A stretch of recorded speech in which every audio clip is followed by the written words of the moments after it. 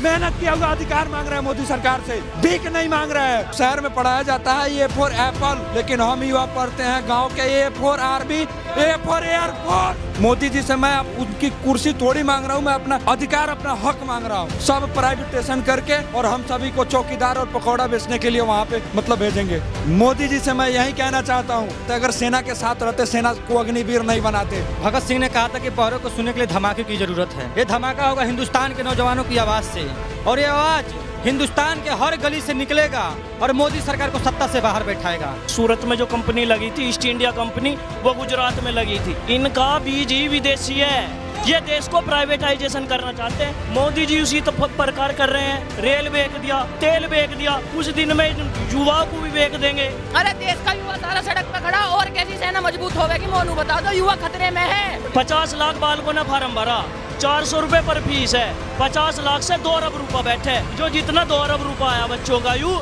सब चुनाव में लगा देगा। यू जिन भगवान श्री राम का मंदिर, उनके नाम पर ये वोट लूट रही है सरकार, उनके कभी आदर्शों पर चल नहीं सकती। पर हित के समान कोई धर्म नहीं होता है और पर पीड़ा के समान कोई धर्म नहीं होता है। लेकिन इन्होंने तो युवाओं को पीड़ा दी है, इस देश की जनता को पीड़ा दी है, देश के किसानों को पीड़ा दी है। तो इनसे बड़ा अधर्मी विधर्मी हो ही कौन सकता है? कहीं का प्रधानमंत्री 1.5 लाख करोड़ कर्जा जा रहा के नाम विदेश पे, क्या विकास कर रहा? कहीं का बढ़िया प्रधानमंत्री। राम मंदिर का उद्घाटन करने प्रधानमंत्री जी जाते हैं तो मीडिया 1-1.5 महीने पहले से राम मंदिर के अलावा कुछ नहीं दिखा।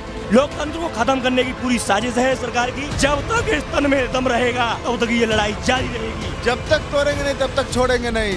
हमारी भर्ती पूरी कराए या तो हमें गोली मार दिया, शहीद कर दिया जाए यहीं पे। हम बस मोदी जी से यही मानते हैं। और 75 साल में सबसे झूठा प्रधानमंत्री अगर कोई हुआ है तो नरेंद्र मोदी हुआ है। रोजगार देने का नहीं, बेरोजगार करने वाली सरकार आई है। सब बदल दिया, सही तो बोल रहे हैं, सब बदल दिया। परमानेंट को अग्निवीर बना दिया, किसान को रोडों पर बैठा दिया, मेडिकल की सुविधा है नहीं, पहलवानों को धरना बैठा दिया, उनको ऊपर भी लाठी चलवा दी। राजधानी दिल्ली के जंतर मंतर पर करीब 1.5 लाख युवा अपने हक की मांग को लेकर विरोध प्रदर्शन कर रहे हैं। इनका सपना था कि ये आर्मी की वर्दी पहनकर देश की सेवा करें, लेकिन मोदी सरकार के चलते इनको दिल्ली के जंतर मंतर पर प्रदर्शन करना पड़ रहा है। सरकार का कोई भी ऐसा शख्स नहीं है जो इनकी मांगों को सुने, इनके दर्द को समझे। इनसे बातचीत करते हैं क्या परेशानियां हैं, और लगातार ये लोग प्रदर्शन कर रहे हैं। प्रदर्शन का दूसरा दिन आज आप लोगों का है, लेकिन अभी तक सरकार का कोई भी ऐसा व्यक्ति नहीं है जो आप लोगों से बात करे, आपकी परेशानियों को समझे। कब तक प्रदर्शन करते रहेंगे? और जो सरकार का ये जो रवैया है कि कान बंद करके बैठी हुई सरकार, उस पर क्या कहें? सर, सबसे बड़ी बात, सरकार तो अभी मोदी सरकार का ये राम राज्य चल रहा है, तो राम राज्य में सबको समान और सबको न्याय दिया जाता है। तो आप सभी देख रहे हैं कैसा राम राज्य है, ये कैसा राम राज्य आप देख सकते हैं। आप सभी कोई राम राज्य में भी लड़के दर की ठोकरें खा रहे हैं, सड़कों पे घूम रहे हैं। जब हमने अपनी प्रक्रिया ईमानदारी पूर्वक कर रखी है तो ज्वाइनिंग क्यों नहीं करवा रही है सरकार? मोदी जी से पूछना चाहता हूं। मोदी जी से मैं उनकी कुर्सी थोड़ी मांग रहा हूं, मैं अपना अधिकार, अपना हक मांग रहा हूं।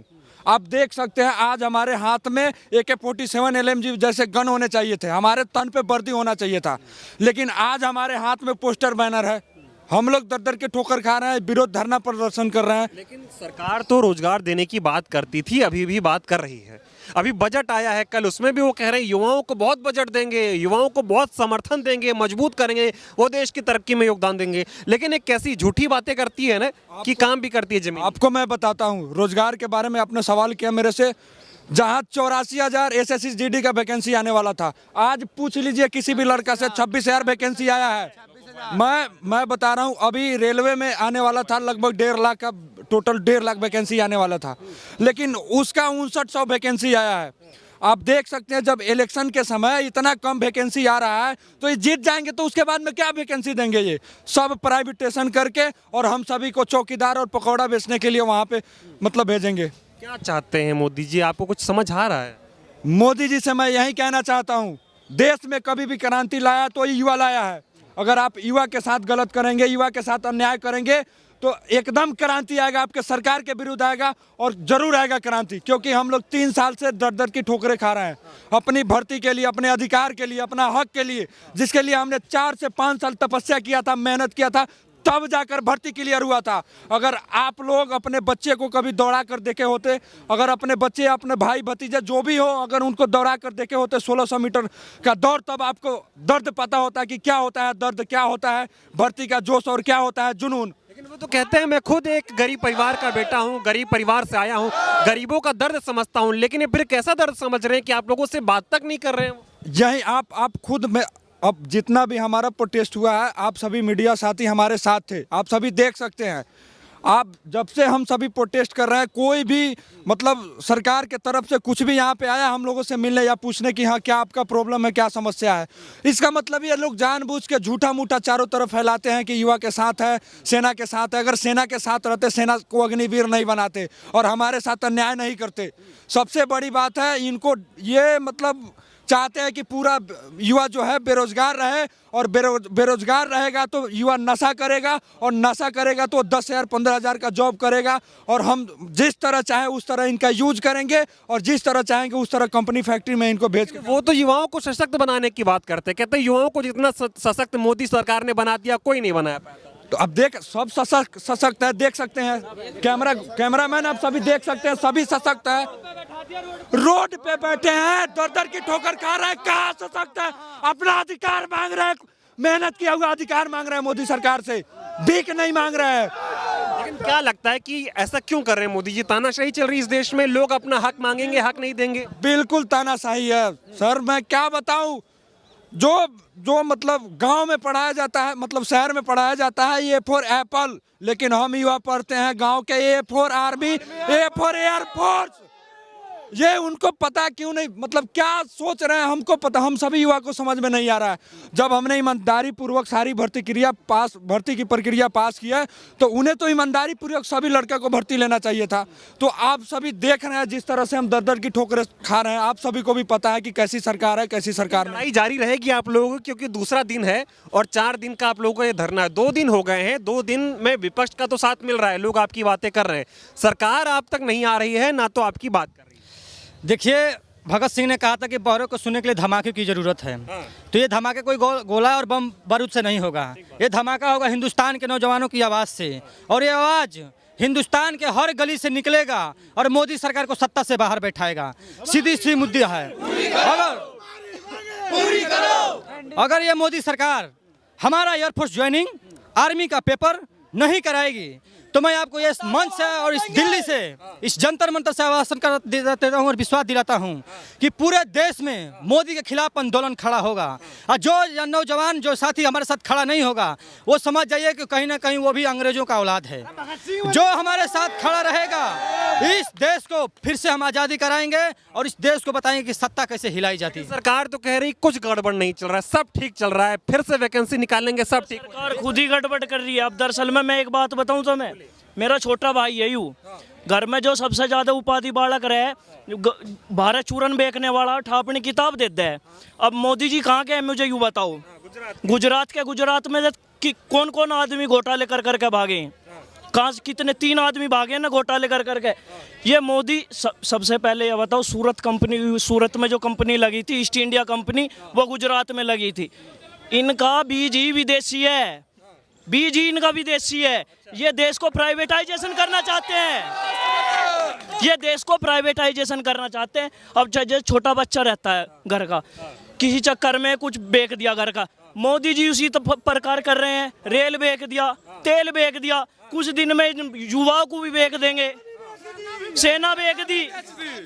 तो जब आए थे 2014 में, बोले थे सेना को मजबूत करेंगे, सेना को प्राइवेट। भैया सेना मजबूत होती रही है, यू सेना मजबूत ही हो रही है। और कैसी सेना मजबूत होगी? अरे देश का युवा सारा सड़क पे खड़ा, और कैसी सेना मजबूत होगी? मोनू बता दो, युवा खतरे में है। नू बताओ, घर में कोई मतलब बालक मरे तो वहाँ का बाप समझावे।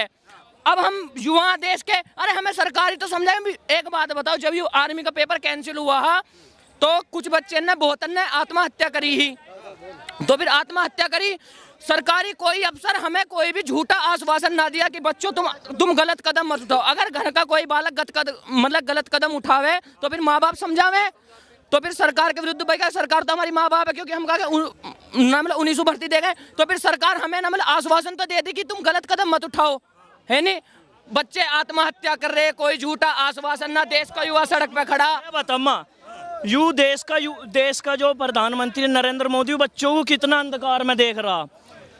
यूपी पुलिस की 60,000 वैकेंसी आई हैं, 60,000 वैकेंसी आई हैं, 50 लाख हाँ बोलिए बोलिए। 50 लाख बालकों ने फार्म भरा, 400 रुपए पर फीस है, 50 लाख से 2 अरब रुपया बैठे। अब सोच लो 2 अरब रुपया बैठता है, घोटाला भी हो गया। घोटाला रे चुनाव में लगागा। जो जितना 2 अरब रुपया आया बच्चों का यू सब चुनाव में लगा देगा यू, और क्या कर रहा है यू। देखिए हमारा देश में मंदिर से ही विनाश शुरू हुआ था और फिर मंदिर पर ही आ गया है।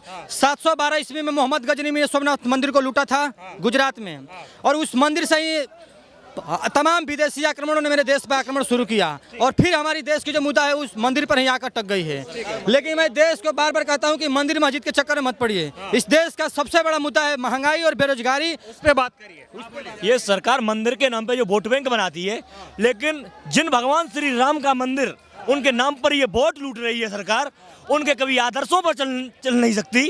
गोस्वामी तुलसीदास जी ने लिखा है श्री रामचरितमानस में कि परहित सरस धर्म नहीं भाई, पर पीड़ा सम अधमाई।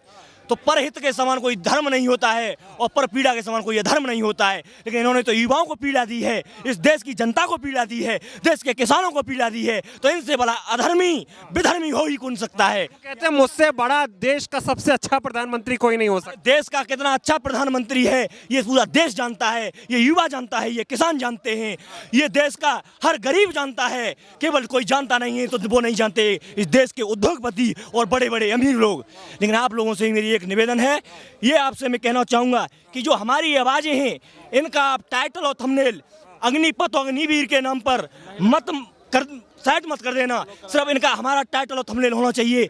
जो पेंडिंग भर्ती हमारी अग्निपथ आने से 2 साल पहले कंप्लीट हो चुकी थी, उसकी जिस सरकार ने जोने नहीं दी, वो टाइटल और थंबनेल होना चाहिए। इस देश की जनता को मालूम होना चाहिए कि जो युवा अग्निपथ आने से 2 साल पहले ही सेलेक्ट हो चुके थे, उनको जोने नहीं दी गई। सवाल यह है कि क्या अहंकार आ गया क्या मोदी जी में कि युवाओं की बात नहीं सुन? अहंकार भैया सन 2014 में आया है यू, जब 56 लाख करोड़ कर्जा है इंडिया पे। अब कितना है मुझे नू बताओ। 100 करोड़ से ऊपर तो कर्जा जा रहा, कहीं का प्रधानमंत्री 1.5 लाख करोड़ कर्जा जा रहा के नाम विदेश पे। बा क्या नाम है यू, क्या विकास कर रहा, कहीं का बढ़िया प्रधानमंत्री, 1 घंटा पर बढ़िया नहीं यू। डंका बज गया, हर तरफ विकास ही विकास। अरे भैया यू मीडिया करवा रही है, सारा तो मीडिया करवा रही है यू। डंका बज नहीं रहा है। डंका। अरे भैया आप लोग देख नहीं रहे कि जब राम मंदिर बनता है, राम मंदिर का उद्घाटन करने प्रधानमंत्री जी जाते हैं, तो मीडिया 1-1.5 महीने पहले से सिर्फ राम मंदिर के अलावा कुछ नहीं दिखाती। कि जो आपके मुद्दे हैं उसको भी जो कोई उठा रहा है उस पर भी सवाल खड़े हो जाते हैं। ऐसे मुद्दों को देश में दबाया क्यों जा रहा है? सरकार क्यों दबा रही है? सरकार तो यूं ही दबा रही है कि जब देश को आवाज ही दब जाएगी, देश कोई हमारे खिलाफ नहीं आ पाएगा, तो ये सब हमारे खिलाफ जब आवाज ही नहीं आ पाएंगे तो हम निष्पक्ष राज्य करते रहेंगे और हमारी कोई दखलंदाजी नहीं दे पाएंगे। तंत्र खत्म हो रहा है। लोकतंत्र को खत्म करने की पूरी साजिश है सरकार की। लोकतंत्र तो बहुत ही खतरे में है। मैं तो कह रहा हूं कि अभी भी हिंदुस्तान के सभी नौजवान, किसान और जो भी गरीब आदमी जो भी हैं, जो भी इस लोकतंत्र को बचाना चाहते हैं, सब के सब अपने हकों के लिए इस सरकार को लोकतंत्र के खिलाफ कार्रवाई करने के लिए, जो रोकने के लिए जो कुछ भी हो सकता है उसे कीजिए। लड़ाई जारी रहेगी आप लोग? हमारी लड़ाई जारी रहेगी जब तक इस तन में दम रहेगा, तब तक ये लड़ाई जारी रहेगी। यही सरकार नहीं, ब्रिटिश सरकारें जैसी हमारी हुकूमतें झुकी हैं, तो ये सरकार तो हमारी अपनी सरकार। क्या कह रहे थे आप? जब तक तोड़ेंगे नहीं तब तक छोड़ेंगे नहीं। लगे रहेंगे एकदम वर्दी लेकर रहेंगे एकदम। सर मेरा वर्दी उन्होंने कहा या तो हमें गोली मार दे यहीं पे जंतर मंतर पे, या तो हमारी भर्ती पूरी कराए, या तो हमें गोली मार दिए, शहीद कर दिया जाए यहीं पे। हम बस मोदी जी से यही मानते हैं। और 75 साल में सबसे झूठा प्रधानमंत्री अगर कोई हुआ है तो नरेंद्र मोदी हुआ है।